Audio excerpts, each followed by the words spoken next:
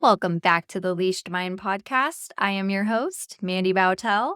On today's episode, I have a conversation with Karen Chapdelaine from The Timeless Dog. If you are on Instagram or TikTok, then you will know Karen because she has such good and you feel good when you watch her reels. And I think that's because she has a very empathetic approach when it comes to dog training, like a lot of us have. But Karen has really made a point of showing both the successes and the failures of dog training as a parent and as a business owner. I think it is really refreshing to be reassured that we all have the same struggles. We all have relatively the same flaws, and that's okay. Normalizing that is huge because then I think we'll get to a point where we can stop beating ourselves up and comparing ourselves to others when we all kind of struggle with the same things. So we discussed that as well as the role of mental health and vulnerability in the profession as a whole, especially since 2020, when I feel like that was a period where a lot of people were starting their businesses. And that was already a time where everyone's mental health was spread very thin. But we also talk about the evolution that we have noticed from having that competitive view to a more collaborative view. A lot of us started our careers. When I say a lot of us, I mean those of us that are in our early to mid 30s and late 20s, where a lot of us started our dog training careers probably around 2016 to 2018. Things were really competitive. There wasn't that collaborative, hey, you're sharing a client with me. Let's compare notes. This is how I worked on this. Do you need help with this? And inspiring and collaborating with others. So we talk about how we've kind of noticed that evolution through social media with trainers. And then we also discuss Karen's insights from her own journey as a dog trainer and business owner while managing personal challenges like her OCD and the significance of self-care and setting boundaries in running a dog training business, because a lot of us kind of just go into this blind. A lot of us don't really know much about entrepreneurship or being a business owner. We just want to train the dogs. So we talk about how that kind of affects us and how we've worked through those hurdles and how we continue to work through them. So I think you guys are really going to love this episode. Karen is so funny. There's so much laughter throughout it. So let's get into it. Karen, I am so excited to finally be talking with you. Thank you so much for coming on. Thank you so much for having me. I'm so excited. This is going to be so much fun. I know for those of us that, don't know who you are, Karen has her whole Instagram of Karen CJ, her and her German Shepherd. She runs the Timeless Dog Training. So a lot of the times, I think a lot of people know you just from your very relatable reels on Instagram and just the way you approach dog training of very gentle but fun and reassuring people that we're flawed and it's okay. Oh, yes. I think that's why we connected right away too. I think so. I agree. I always like to make sure I'm showing the failures because I feel like sometimes we don't as trainers. We like to show the pretty picture. Perfect. Yeah. I want to be like, I'm a disaster. This is why you should follow me and love me. Yeah. Exactly.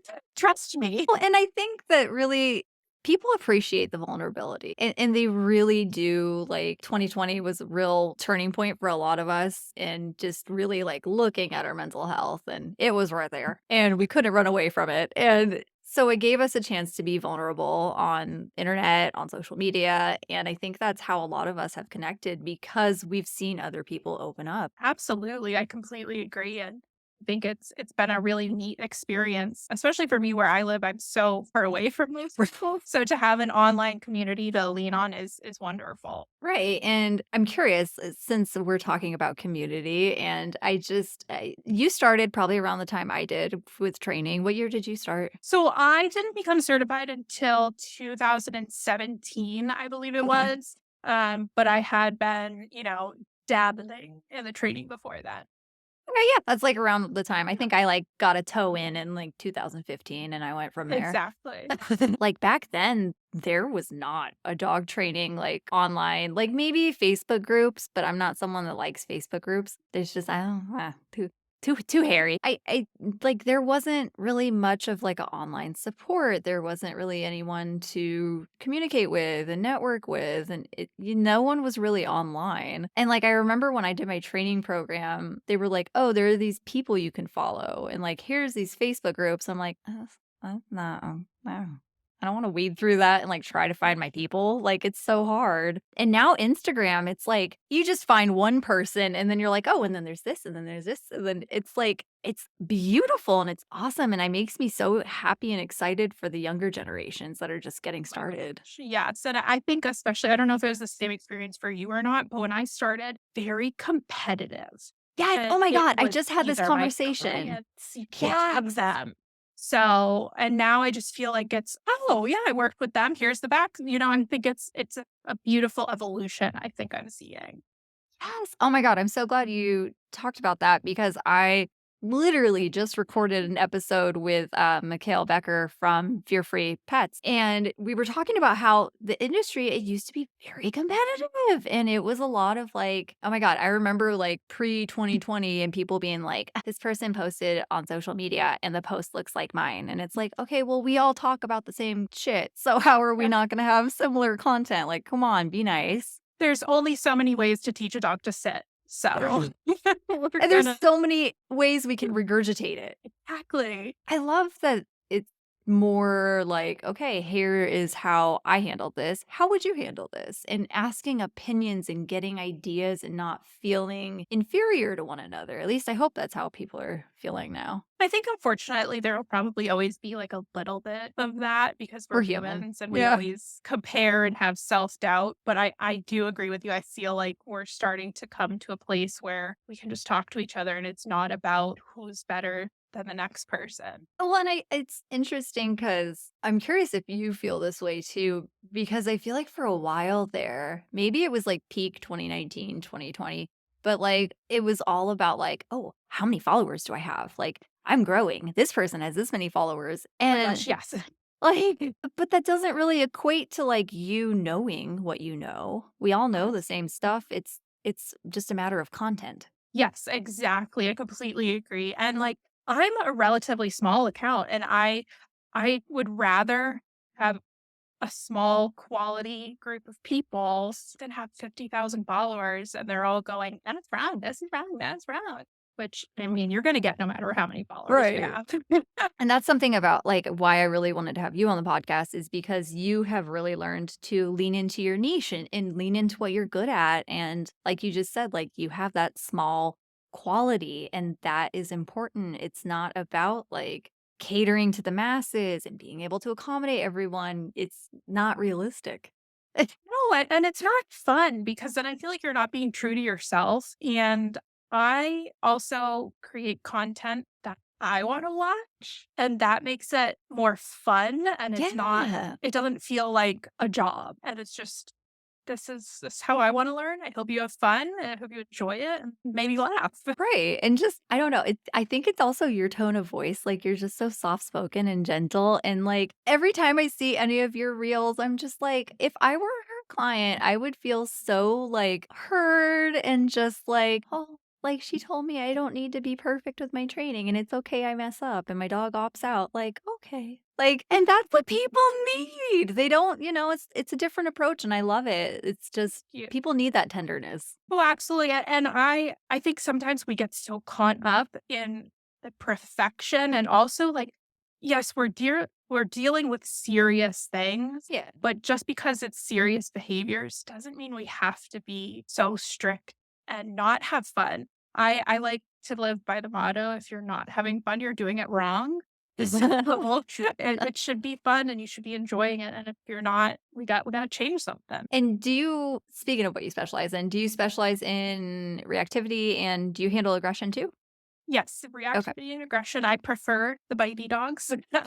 You need a I sense of humor for that. oh, big time, big time. And I think that also helps my clients as well because they come in with these dogs and they've had traumatic experiences with them and they're so broken down and they feel like there's no hope sometimes. And I like to just Right. remind them that, yes, you can have these big feelings. I'm not going to discredit them. They're there and they're valid. but let's find a little bit of humor in this. And then we can make it a little bit lighter and it doesn't feel as daunting as a task anymore. Right. And just, the heaviness of, my dog bit someone or they had a, big explosive emotional reaction and the mental circus we put ourselves through when those things happen and being able to say like, no, it's okay. Like we got to move through it, but we're not going to beat ourselves up about it because what's that going to do? Exactly. It doesn't solve anything. It just kind of, I think it also kind of holds us back from getting results because speaking from personal experience, my guy CJ is a reactive dog. And I went through that whole stage of feeling like a failure. I'm a dog trainer. How can I have a bad dog? Right. And once I kind of let that go, that any dog can bite, any dog can react, I found grace for myself. And I want to give that to my clients that there's a light at the end of the tunnel, even if it's this big right now. I love that. That's such a good outlook to have. And I know that it takes time to get that kind of positivity and develop that. That is a muscle that needs to be strengthened. Absolutely. Oh, big time. It took years for me, especially with that whole I'm a dog trainer. I shouldn't have a dog like this. And once I let go of that, and now I'm not saying that there aren't days that I'm just, Yeah. but Yeah, you're human. yeah, we're gonna have those moments. Right. And I think like just, oh God, navigating that and then navigating being a business owner and entrepreneur and wearing all the hats, like, let's get into that. It's a lot.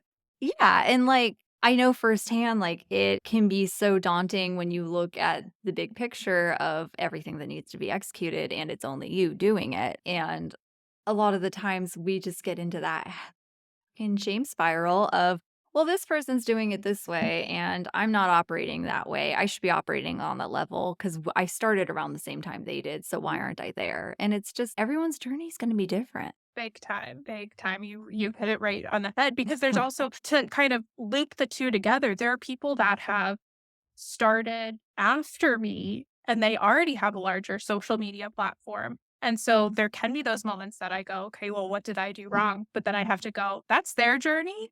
This is mine. And maybe one day I'll get there. And if I don't, that's okay. It's going to be all right. Yeah, and it's not to lessen your skill set or lessen your knowledge, it's just, some people don't like being as active on social media. Some people It's exhausting. yeah, like, I hate it. There are times where I'm just like, I just want to delete everything off of my phone and throw it out the window, like, I hate it. There are days I would join you. We could just throw it right out the Eat them. window and keep Yeah. going. I think a lot of the times the biggest thing is the comparison factor. For me, at least, that's something I noticed in the beginning before I was even on dog training social media. It was Yeah. just like the critiquing and the comparing when it's like, I know what I'm doing. So why am I beating myself up like this? And then there's also just days where I deeply miss the over filtered and oversaturated just photos of Instagram. Right. Yeah, Let's it's I just hate like the reels. And it overcomplicates all of it and you can't find the nuance in it either. and then there's always those accounts, which no shame to them, all positivity towards them, but they're like, this hack and this Oh god. audio. And I'm like, can I just post a picture?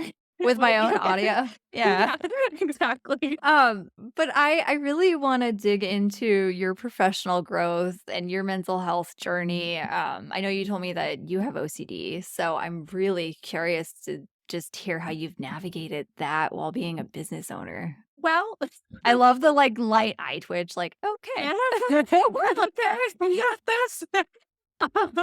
So I have dealt with OCD pretty much all my life. And my specific form or outlet, I guess you could say, is more related towards numbers. And that can obviously have an effect when we're talking about Interesting. repetitions and things like that. Yeah. So finding a way to balance that with actually dog training and then running the business can be a challenge on some days, to say the least. Sure. And especially where like I am very fortunate, I'm very lucky to have a small training facility. And another way that my OCD presents itself is through like locks and light switches. So I have to do like locks 4 times. Okay. And so there's unfortunately times where muscle memory, a client comes in, I close the door and I go to lock it. And then I go, oh crap, here we go. Oh, Like, It's going to be okay. We're going to get through this. But I think it's just important, again, like I've said, to just remember to give yourself grace in those moments. And I try to find the humor in it as well to be like, that's what my brain decided today. And I don't necessarily have complete control over it. And then I kind of equate that to dogs. This is what your dog's brain decided to do today. And they didn't necessarily have control over it. So that's one way I try to make it lighter, but also help my clients understand myself and their dog. Love that. I love that so much. And I appreciate the finding the humor in that too. And but that's so true. Like some days we wake up and our brains just is not we're not connecting. The synapses are firing off and we just can't do it. Like Yeah, exactly. And it's again, just like kind of giving myself the grace and finding that happy muscle. It's taken a while to find the humor in it because there's been people that have been like, "Oh, you don't have OCD. Oh, just move on, get over it," things like that. gaslight. And exactly. But you know yourself better than everybody, just like you know your dog better than everybody. So, stand up for yourself in those moments. And if they ask for more justification, move on. Those aren't your people. You don't need to justify yourself to anybody. Yes.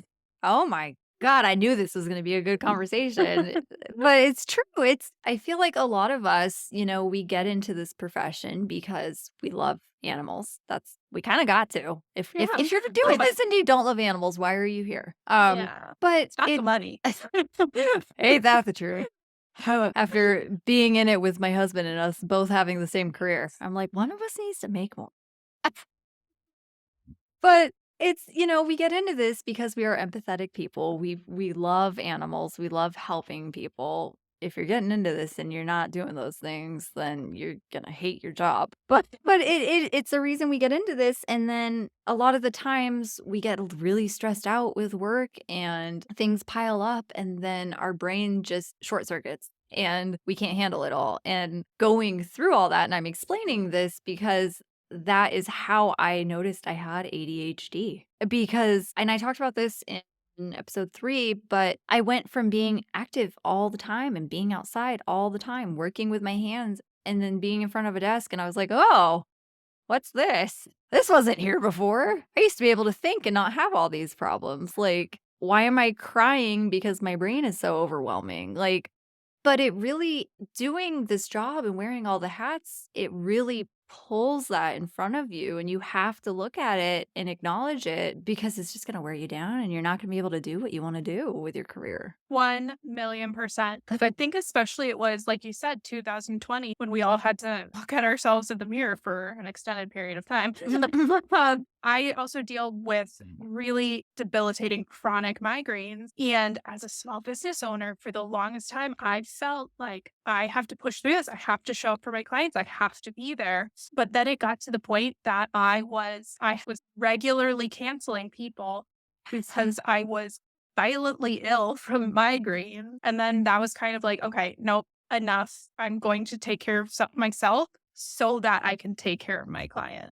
It's not always easy, but No. we gotta take care of ourselves. And I know that it's hard having to cancel because we need money. It's our income. If we don't work, we don't have money. And that's how we get into that habit of I need to be productive. I need to push through it. I'm just being weak. Maybe I just need water. I'll be fine. I don't need rest. Oh no, what's that? That wouldn't be the thing. But we get into that and then it's so hard to get out of that cycle once we get the wheel going. And then it's just I envision like the hamster running and then the wheel just keeps going and the hamster's like against the cage, like, oh. Exactly. But then in the same exact breath that I'm pushing through, I'm telling my client, you've got to give your dogs a chance to rest. You've got to take breaks. You've got You to need relax. downtime. Yeah. And somehow I'm not hearing this for myself. It's like, what is going on? The amount of times I have had this exact conversation and we have this connection of like, oh, what? I'm like my client? Why? I deserve the same downtime. What are you talking about? That can't be right.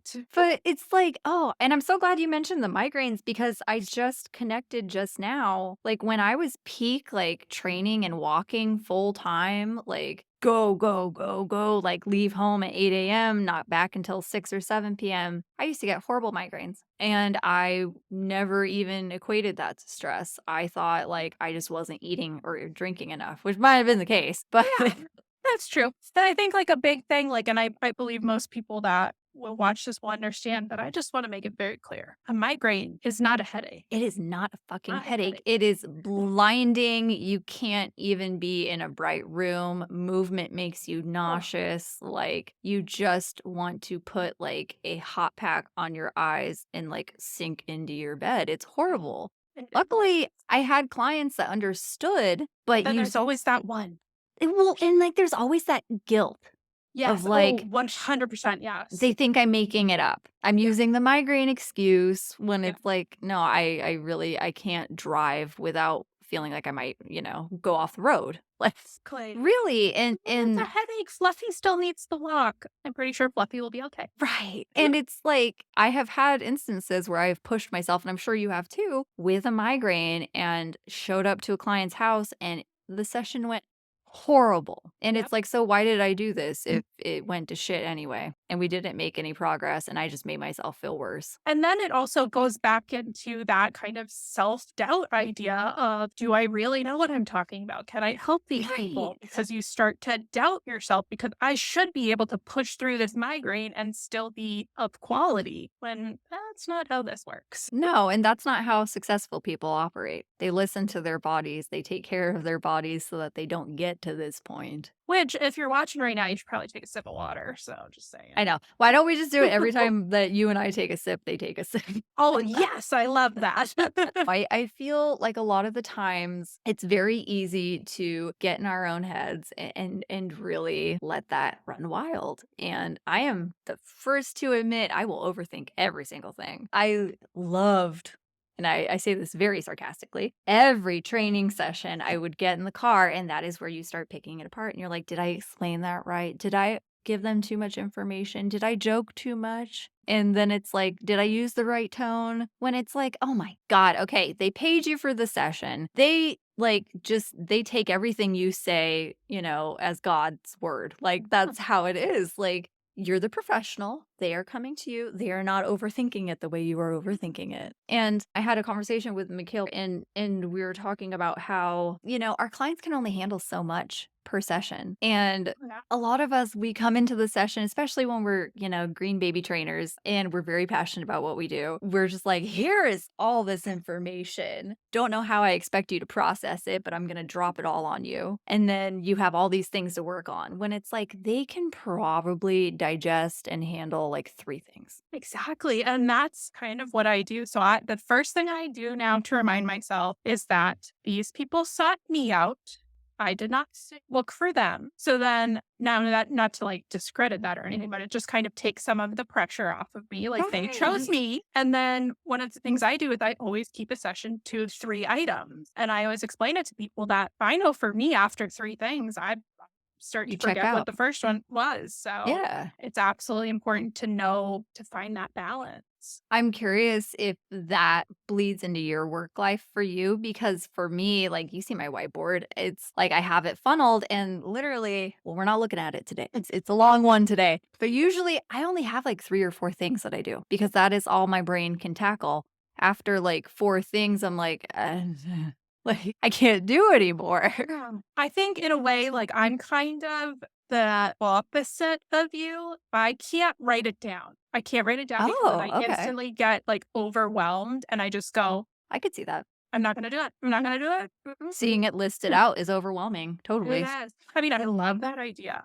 I wish my brain would accept it. But Different for me, brain. it's like, exactly, exactly. So I just have to go with like, I know if I don't get this done, I'm going to obsess about it and I'm not going to be able to relax. And then that's going to manifest in me standing at the front door, walking and unlocking it for half an hour.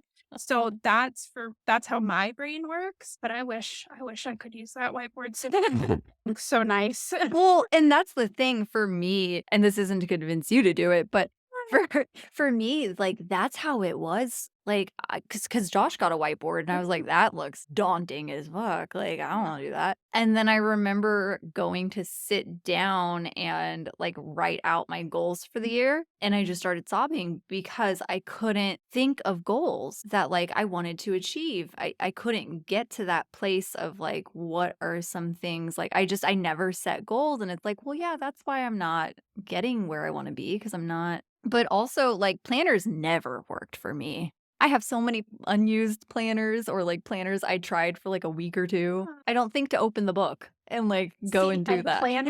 a planner is my best friend. Oh, So funny! That's so funny! Oh my god. so So it's like that's what I'm talking about. It's so different things. We're just funny. opposite, but it works for us, and that's all right. I love that little counterbalance. You're just like, "This doesn't work, but this works." That's so Yeah, funny. I want to use a planner. I think that's so cool, and I would love to have the aesthetic of having my little planner. because they're so fun. It's They're so such a cute cute. design.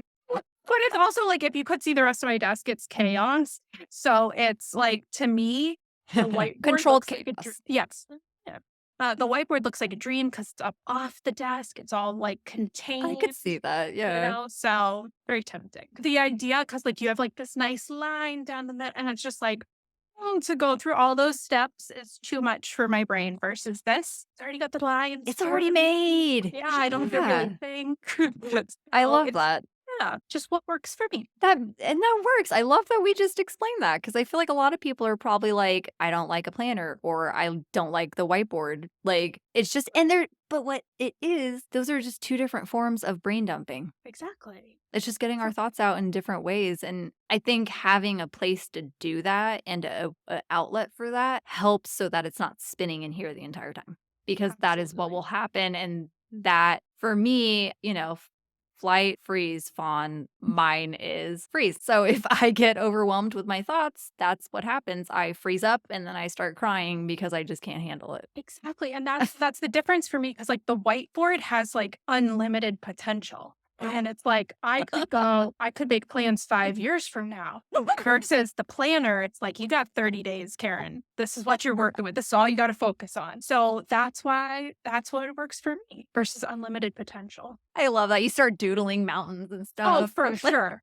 For sure. I mean, I could have a whiteboard in my training facility to like be able to like Notes show and people stuff. something. Yeah. But then like sometimes I'm just like, oh, a pretty flower. I love her. When I'm like, okay, Karen, calm down.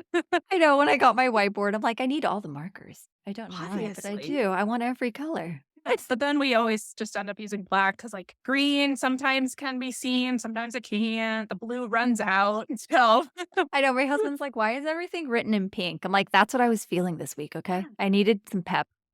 need to bring you joy. All right. That's a great way to jump off of that and explain to people that just it's really leaning into how your brain works, and it's okay to do that. Like, that is how successful people operate. They aren't just challenging. I mean, they were challenging ourselves, but it's not in a way to our detriment, and we're not breaking ourselves down with, trying to do it the way everyone else is doing it. Yeah, you don't have to force yourself into anybody else's mold. You can create your own, and that's really important. And again, that's another thing that comes with, time and age, deciding that, the planner doesn't work for you, so I'm going to do this, or maybe post-it notes is what works for you. You have to figure out what works for your brain. And that's all trial and error. I can't tell you the amount of planners I have tried. And it finally took the whiteboard. And I don't even know how we got to that point. I think it's because my husband and I read The One Thing, which I will recommend that book to anyone. It's so helpful.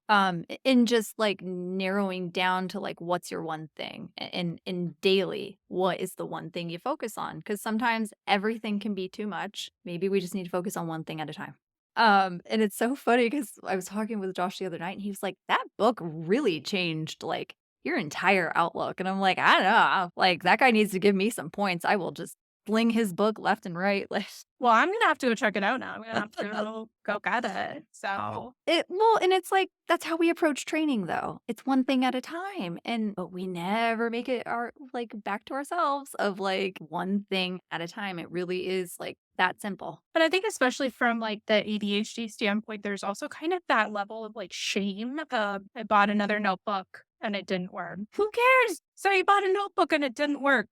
Maybe it will be the next one. But putting that shame on yourself isn't, again, it's another thing it's hard to get rid of. But, I like my stack of notebooks. So And it's like I say as I'm using my fidget spinner to keep me on track, like, just so everyone knows, every time I'm recording, this is what I am doing. It is on my desk and I am spinning it to keep my thoughts going. And this is something I talk about a lot. It's habits. And I think we have this notion that habits have to be the exact same every day because it's a habit. But for those of us with our beautiful different brains, we don't have that option. We get to change it and have like habit A, B, C, D. And I have all those different habits of, this morning I woke up and I did not feel as shiny and sparkly as I usually do, which, is rare. Maybe 1 week out of the month I feel that good. I woke up and I was just like, I don't feel like doing my usual thing I do. It's not, I'm gonna feel pissed off and it's gonna irritate me. So you do your backup plan. That's okay. And that's not making you any less than. You're still gonna be productive. Maybe you need a longer morning. Maybe you need to, get outside without your dog. It's just we're not allowing ourselves to have that time for ourselves. Let's get into that. I think the big thing you hit on is the idea of doing stuff without your dog. Because I think, especially again, going into that idea, I'm a dog trainer. I'm I have to do supposed it with to. my dog all the time. Exactly. When I stopped, I mean, like, I still walk CJ, but when I stopped always taking him on every single walk, it was kind of I actually do walk faster. It's like you get to know yourself again. Tune in. Yeah, because I know, at least for me as a reactive dog owner, most of the time on the walk, my attention is on my dog. Hyper vigilant. Yeah. Exactly. So when you give that up, you get to know yourself again, and it can be scary. It can be, but to honor ourselves and give ourselves that grace we talk about, you've got to get to know who you are. Oh, I love that. And it really is like we have to be hyper aware of our environment, constantly scanning. I kind of think of it as like when I'm walking with Fern, I'm kind of tuned into her frequency. I'm not tuned into myself. I'm not really checked in with myself. It's her and what's going on. But that's like sometimes you just got to decompress on your own and go for a walk by yourself. And I feel like when you suggest that to people, a lot of the times they're like, I love walking with my dog. That's great. And you should. And that's great for you guys. But you also need that time to yourself. And I think you hit that on the head of like in this profession, we have this, no one's telling us this, but we have this thought and feeling of like, I am professionally doing this, therefore my dog needs to be my shadow and we need to do everything together, which is super awesome. And I think that's great, but that's not the case. And you deserve the time with yourself to unpack everything. You don't just deserve it, you need it. Yeah, it's the only way you're going to get to that next place or that next step. It's you have to remember what you like outside of dogs. I know that's wild, but there are things outside of dogs. Absolutely.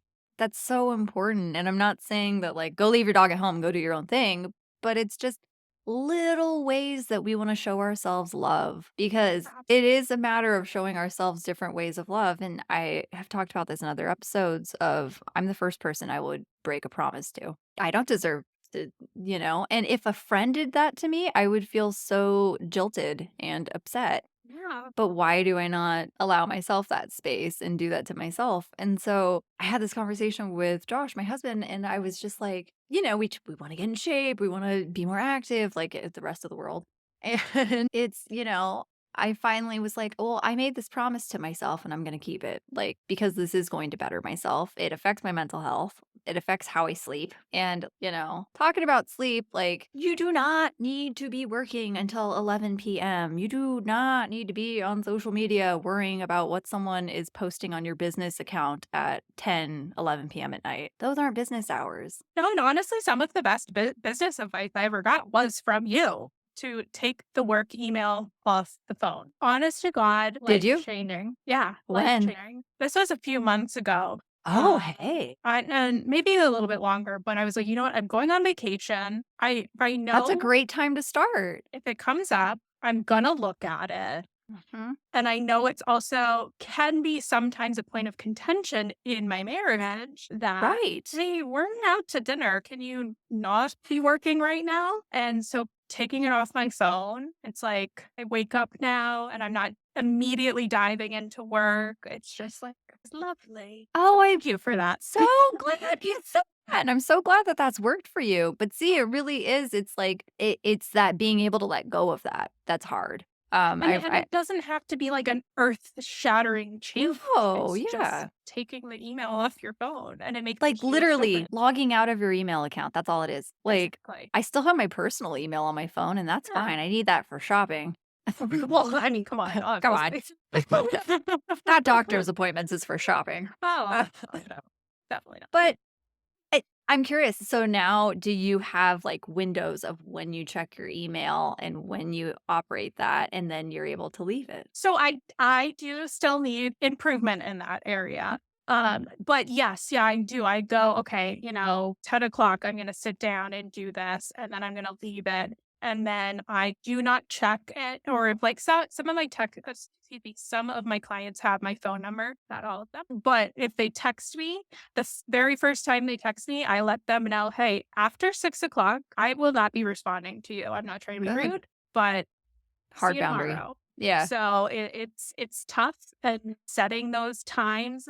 It's tweaking little things in your life, but it does make a big difference. The client texting, that is one thing that like that was a hard thing for me when I was a walker and a trainer because you're kind of on call and they want to like, have this quick question and oh, this happened. And it's usually not an emergency. And if it is, you shouldn't be the person they are contacting in an emergency. It should be their vet or the emergency. like, And I think it's one of those things that we need to do it sooner rather than later because unfortunately for me, another big change that I made, which a lot of businesses and people are always like, how does that work for you? But I actually took my phone number off of my website entirely. yeah. Because there was the catalyst for me was somebody wasn't even a client called me 14 times in 2 hours. And it was just because their dog was pulling on a leash. Oh, F off. Like, Exactly. I was like, after the God. 14th one, I was like, block, you are not a client I want to work with. Really? Yeah. So it's Huh. you'll still get clients if you take your phone number off the website. They can email you. Most people prefer it. I also like the paper trail idea of it so Mhm. that I can go back for the ADHD brain and be like, wait, what did you say you wanted to work on? Right, what did we talk about? Yeah. So Well, yeah, and that's such a nice boundary for you to have with your business, and you're right, it's not gonna affect your, income and who's contacting you. You're right, most people wanna contact via email. Unless it's urgent, they will call you, but, like, even that like, when people reach out via email, they're not expecting an immediate response. If they are, they have very unrealistic standards of human race. right. But that's the thing of, a lot of times people will say, like, oh, I don't want to take my work email off of my phone. That's how I communicate with clients. Okay, well, then maybe let's consider having another form of communication. Maybe let's consider using a certain or, texting within a certain window. And that's because it's like the only times you're going to need that conversation and to have anything communicated from your phone while you're mobile it's gonna be quick things of like, "Hey, I'm here," or like, "Hey, I'm gonna go around the corner and then I'll pop out." Like, those things, but I feel like just being able to say, like, "These are the delegated windows when I check my email," it helps have the boundaries for you with your work, but then it also has the boundaries of your clients of, "This is when I check my email. This is when you will get a response," and they're not gonna be mean to you about it, it's your business. Like, so they're gonna be respectful of like, wow, they're really professional and they like really, care about how they operate their business. And another boundary for me is that if that is something that upsets that person, then Goodbye. you're not a client for me. I'm allowed to have a life outside of this business. When you are my client, I'll give you my number, but it is for these circumstances. But if you can't respect that, I can't respond to an email the second you send it, then this isn't going to work. And I think Right. it's also I think I will be honest here, though, that there are still those days that are deeply ingrained from back when it was competitive of, I have to email this I need person this back client. Right. I need because I don't clients. want them to look for somebody else either. Right. Oh, So been it's like, there. "Oh, Yes. I gotta email them before so and so can email," and so it's like you gotta undo that as well. Yeah, that's well, and I think that is a great thing to touch on because when you're just getting started, you're trying to, you're hungry. You want the clients, you want to just take what you can get. But I think it is good to still have that boundary when you're getting started so that you don't have to like advocate for yourself afterwards and then like have these boundaries afterwards because then your clients, older clients are gonna be like, what the heck you doing? Like I used to be able to text you at 8 p.m. at night. A learning curve. It's a learning experience. I feel like growing up, millennials in the generation we did, being on social media, it was always like quick and aim and all these Oh, quick yeah. responses that Aw, like we're used to that instant. And it's like, yo, like remember when we didn't have cell phones? what a time. I know. I like you I could left the leave house and and you someone didn't know couldn't where it talk was. to you. Yeah, but no, yeah, and then I think another one of, like, the best business advice I ever got was from a business professor I had who is amazing, and I still keep in contact with to this day. He always said that, "Don't discount your prices. Don't sell Yes. yourself short from the beginning, because if you start out the way you start out is the way you're gonna have to continue because people are going to expect that of you." So it's the same idea with the emails and the text message. If you start out allowing it, it's just gonna continue. And it's harder to backtrack from that after it's already been, a precedence for so long. But Absolutely. oh my god, yes, let's not lowball our services.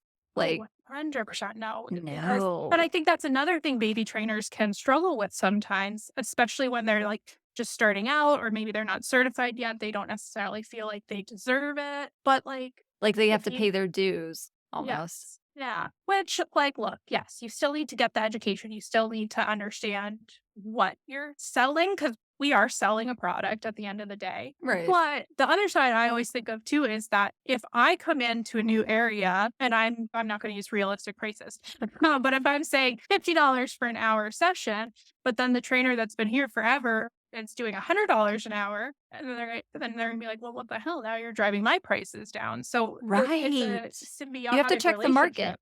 Yeah. Well, and like to piggyback on that, like a lot of the times, so, we had our walking business and we had certain rates. I don't even know how much they were now. It was so long ago. I can't even think about that. But there were times, we had like the middle of the road, like, okay, people are usually charging this much, like we're gonna charge like around there. And then you'd see this new green little baby walker come in charging like $25 a walk. I think ours were like maybe 36 a walk. And I'm like, what are you doing? Why are you doing that to yourself? And it's not, first of all, people are gonna be like, why is it so cheap? That's sketch. Second of all, people are gonna be like, am I getting enough value when I'm like paying this little? And third of all, you're doing yourself a disservice because everyone else in the market is not charging that low. And so like think of the time and the work and that's a thing that like a lot of people don't think of all the work that actually goes into what they're doing and they just want to accommodate clients and their wallets, which I completely understand in this economy, but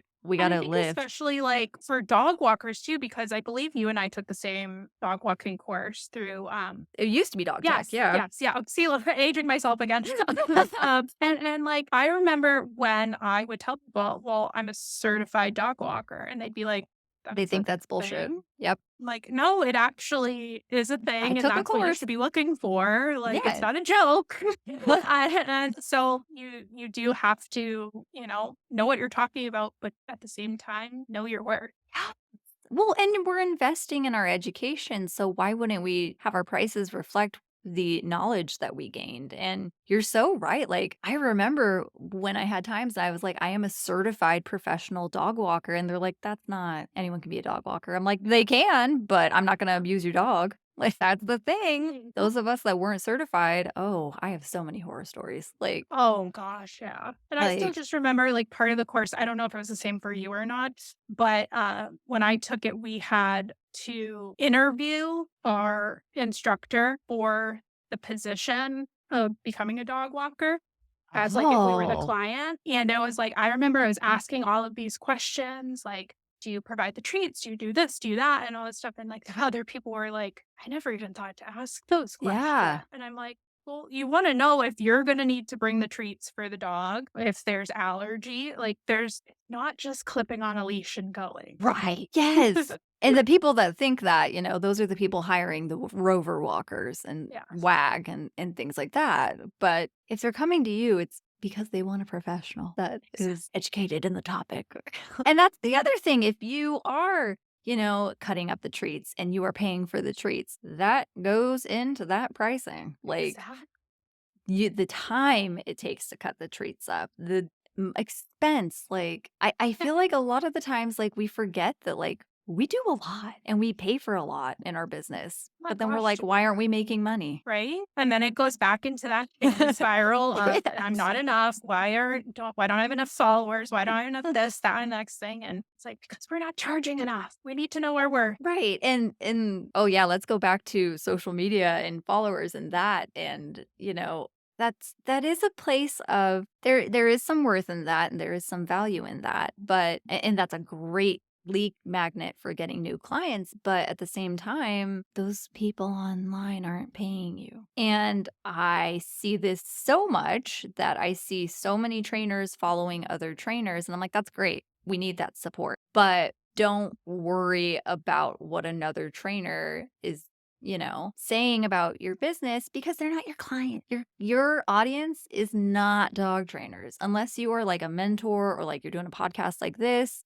My market is dog trainers. I talk to dog trainers. That's my people, not like it's just different. And so for dog trainers, I feel like a lot of the times, and when I say dog trainers, I mean professionals in general, but we get stuck in the wording things in a specific way because we're worried about how a dog trainer is going to perceive it when it's like, that's not how a dog owner perceives it. And they're not going to understand it that way with all the behavior and the training lingo. Like, really simplify it and break it down for them. And I think that's why like I can have so much fun on social media because for me, I'm a very open book, a very honest person. Or at least I like to think I am. I haven't made a dime off of social media as far as clients. Yeah. My any monetary amount I have made off of social media has been through brand deals. And so I also am always very honest about that because, I'll every once in a while it seems like it comes all at once. I'll get all these products that I have to unbox and show. And I make sure that I tell people this isn't real life.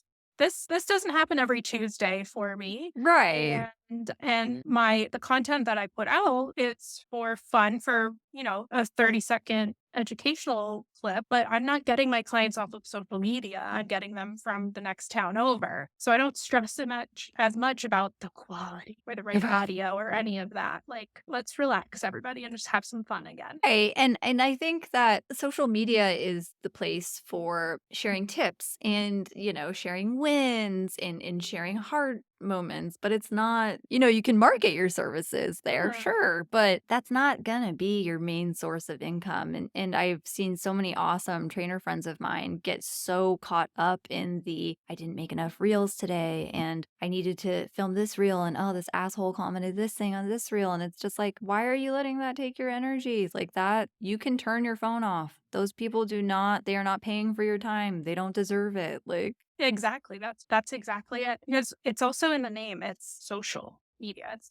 It's not oh my work God, yes. media. It's we're supposed to be having fun with this. It doesn't have to be this complicated. If I have to do a reel more than 3 times, I'm out. I have better things to do with my day. I will say though, unfortunately, sometimes the OCD kicks on, and I'm like, we're gonna do this. We're gonna do this. But so it's have some fun again, people. Right. And the other side of it too is then, like you were saying, you get the people that come in and go because they take your 30-second clip as Bible, and this is the only way to fix this problem or deal with it. When it's like, oh. 'Cause like I think today I posted one about like the up down game, and I haven't checked since I posted it, but I'm sure somebody's gonna be like, well, why aren't you doing this or why aren't you doing that? That's great, but how's that gonna work with my X-pound dog in this situation? It's like, Like, well, you wouldn't do this.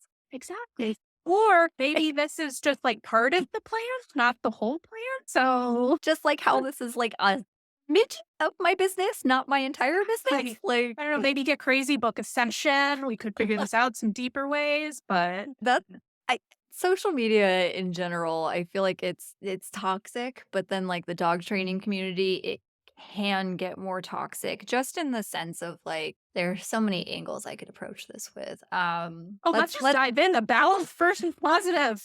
Why just set the world on fire right there? So, like, well, there's that one. Okay, we'll go with that one then.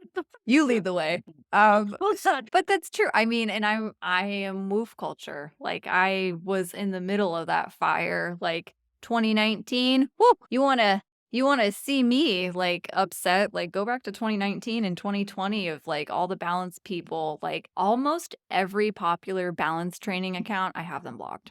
There's a reason for that. Like it's because like they were either resharing my shit and then bad mouthing me, or they were like commenting and then like all the cluster of them started going. And thank God social media, at least now, I don't think it's like that now. But that was a test for me in navigating that because a lot of people were like, that ditch the prong t shirt really pissed people off. And I think the other thing is, and I've said this a few times, like, is that I think we've just forgotten how to talk to each other. Yeah. And I think that's why, like, I'm really excited about this experience. And I mean, we agree on things anyway, but like, we have to be able to talk to people that we disagree with. Yes. And that doesn't mean we agree with them, but the only way we're going to actually change the dog community is by having meaningful conversation.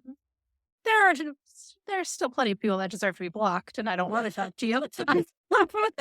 So let's be honest with ourselves. I don't want it to seem like the people that are interested in positive, like come to us. Let's have a conversation. And because I think that in the same exact breath, it might get me canceled, but there are things that I can learn from the balance side of things. Because if I don't know what you are about, how can I be against it? Like, I have to be educated on it. Now, I'm not going to use those methods, but I am not going to go into it without an educated point of view. Right. So, and I think if I'm willing to learn from you in some ways, that opens up the conversation for that person to learn from me in some ways. And that's how we change things, by continuing to build on that. Oh my God, yes. That's so right. And it's these people that use the aversive tools, they wouldn't be getting into the profession if they didn't like dogs too. I mean, yeah, Exactly. a lot of us have that like, oh, it's for the money and ego. And sure, yeah, I'm sure that that is the case for a lot of people. But the other side of it is they are getting into training because they care about animals. And when they're balanced, they still, the right ones, I'm using a lot of air quotes because I don't know how to navigate this, but it's You're doing great. but there are some that are getting their education and they are balanced in the way because they do know about, oh my God, they know about the quadrant. But it is that. So it's like, of course, there are going to be some moments of connection and a lot of moments of disconnect. And I don't know. I feel like there is a lot of, we shouldn't have a bridge. We shouldn't have those conversations. And that's fine. You don't need to be the person that has the conversation. Leave that to the people that are open to it. Kind of think kind of in my brain, where my brain's headed right now, and kind of a perfect analogy for what we've been talking about is, you're a whiteboard person. I'm a planner person. Yeah. The goal is the same, but The approach is neither, different. and we have to be able to, like I said, I can learn things from your beautiful whiteboard and you can learn things from my notebook, but we have to be able to talk about the differences, get anywhere. And I think we've just really forgotten how to be whiteboard Nice. people and notebook Yeah. people. Yeah, well, and just be understanding of another human being. Like, yes, they might use different methods, and this is, don't cancel me, and don't come from We'll me be with canceled this. together. Like, it's not that I agree with any of it. No, gosh, Everyone no. listening to this knows how much I advocate for force-free methods, but I don't think that people can cross over if there isn't a bridge to cross over. And that will be my stance. I will die on that hill because that's how can we expect it to change if we are not being an example and just continuously yelling into the void of you suck because No. and that's there's no room for abusers and the people that actually use them in an abusive way, but I think it's very easy to teach those that are wanting to learn, and again, like you said, it's those that are wanting to learn. Absolutely, completely agree. Still block the bad ones. Go for Yeah. it. That block button's there for a reason. We're not saying you got to keep them on your page. There's no need for that. But it's just the grace we give ourselves with our dogs. We need to give that grace to other people too and ourselves. Yes, and so that's one off of the social media thing. The other is, and I'm sure you've encountered this too, a lot of old high school friends in the DM asking us for, "Hey, my dog just started jumping on the furniture and like, what do you do in this situation?" Well, I'll tell you what little green baby trainer Mandy used to do in that situation. She would send you a full list of like things that could happen. And then she realized that people didn't listen to her because they weren't investing in money in it. And so then it turned into, well, why don't we book a session? That weeds them and through and shuts them up real fast. See, I believe it or not, was not very popular in high school. So from the very beginning, I had zero issue with that. I'm like, you didn't talk to me in high school. And book a session. Book a session. Book a session. That's true. I mean, it's like they think like, oh, we went to school together and I follow you on social media, therefore I can ask you for free advice. Again, you didn't talk to me in the lunch line. You didn't talk to me in English. You need the help now? Now when I'm cool, right? You can hire me. Exactly. Now, of course, there are those friends that like I did actually talk to in high school, and I'm like, look, They're your best yeah, friend. Yeah, it's like a this is what we're one-off. gonna do. That's what. Yeah. But the same thing happens though, because not to throw anybody under the bus, but but like working within family, they don't necessarily follow through. Family is the one that will never listen. It is. And it's infuriating because it's like, I told you how to fix this. Oh, oh yeah. Yep. And now I've just gotten to the point even with family, like, no, I'm not going to help. I'm really sorry. Right. I've tried. You didn't. You can hire somebody else. And that's a hard place to get to. It is, and if my sister-in-law is listening to this, I love you. But yeah, she's related to 3 people with training certifications who have told her constantly to, not let your dog off leash in certain situations and let her charge, but she keeps doing it, and she's like, and I'm like, yo, like we have like approached this how many times? Like we're gonna beat our heads into the wall with this. Like, come on. What is it about? What is about sisters or sisters-in-law? Katie, I love you as well. But we can stop the barking if you would just do some more enrichment.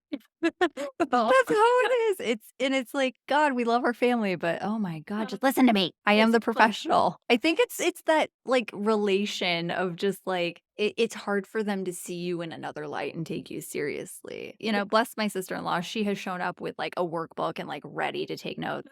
And then get applied. Well, and I think it's also I think that's also a good thing to acknowledge though, because it's the same with my clients, at least I find. Like most of the time, it's the wife that will bring the dog. Oh my God, I just had this conversation today. Yes. And then I always make the joke at the end, next time, bring your husband, because husbands typically listen better to somebody else. And the wife then always laughs and goes, yeah, you're right. So it's the same dynamic with our clients too, that they've then got to pass the information along and get that buy-in.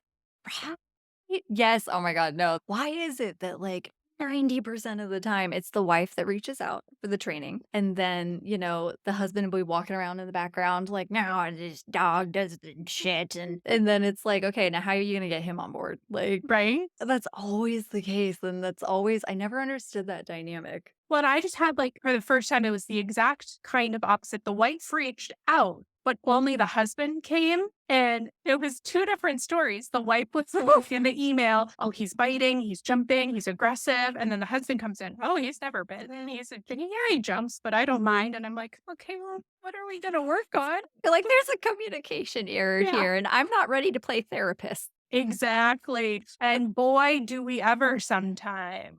You know what's funny is I don't know about you, but like I feel like a lot of training instructors will be like, yeah, you're gonna play therapist a little bit, you'll be marriage counselor a little bit, but they didn't prepare us for the mental health side of that and like the amount of like awkward conversations and fights that like a lot of us have had to sit and be like, well, can I walk out or are they gonna Right. notice if I leave? Like And that's one of the things I really try to instill in anybody that kind of comes to me for any type of like mentoring. I always go, burnout is so real. Compassion fatigue is so real. So you have to set the boundaries now. And most importantly, you have to take the days off. oh my God, days off. Yeah. What is that? Well, and it's I am one of those people that will try to be productive on my day off. I will get in that habit of like, okay, like it's a Monday, it's my Sunday, it's my day off still, and I shouldn't be doing things. But like, what if I check my email? No, no, no. I don't need to do that. Like, it's why? Nothing is going to be that critical. Maybe for me with woof culture, because I have to check orders. And so, like, I check really quick, but I check once and that's it. And that's a boundary because, like, anything else, it can get handled after the fact. Absolutely. I like to embrace what I call potato time. And Oh, that's becoming one with your sofa and just turning on whichever streaming platform you want and just turn into a a potato. potato. And it's hard because, like you said, there's some days you're like, "Ooh, probably should go out and read, or I Yeah, you're could, just clean the antsy. kitchen." Yeah. But embrace potato time. It's important. I love that. That's accurate though. Like it's really just recharging your cup. And 100. like we need it cuz like you can only run on fumes for so long before you're just like crying every single day and don't want to get out of bed and you start feeling resentful about your job, Oh, which yeah. is very easy to get into that. And I think it's also important to acknowledge that you can do all of the right things. You can take your days off, you can set the boundaries, but there's still going to be those days Oh, I'm so where happy you said that. Yeah. yeah, we're going to have those days where we struggle. We're going to have the days where you drank enough water and you still get a migraine and you have to cancel the clients and it's just that's life and we have to remember that we're humans. We're And living that life just like everyone else. And that's not how you're operating every single day. Like, you're allowed to have these down days of like, okay, I need a mental health day. I have had plenty of instances, Josh, you have completely different work ethics and it complements each other so well, although he works a little too much sometimes. But it will some days he works on his day off and I am like, well, he's working, I should be working. And I'm like, I need to be productive like him because if he's working to get ahead, maybe I need to be working to get ahead. And it's like, no, no, no, no, no. It has taken me years to break that and be like, that's him. We don't operate on that level because when we operate on that level, we crash and burn and we hit a very dark period and it's hard to come back from that. So let's not do that. Let's No, and you're right because yeah, it's the same for us too. There are days when we'll be outside doing something, oh, should go out and help him, and you get that guilt. But it's like, Hmm. no, that's what he chose to do. He didn't ask you. Exactly, Yeah. and I like my potato time I love that. I think everyone should just embrace some up. They get one potato day out of the week. by order of Karen. Well, this has been such a fun conversation. I'm just I hope people really see the value in this and understand that like whether it be, ADHD, OCD,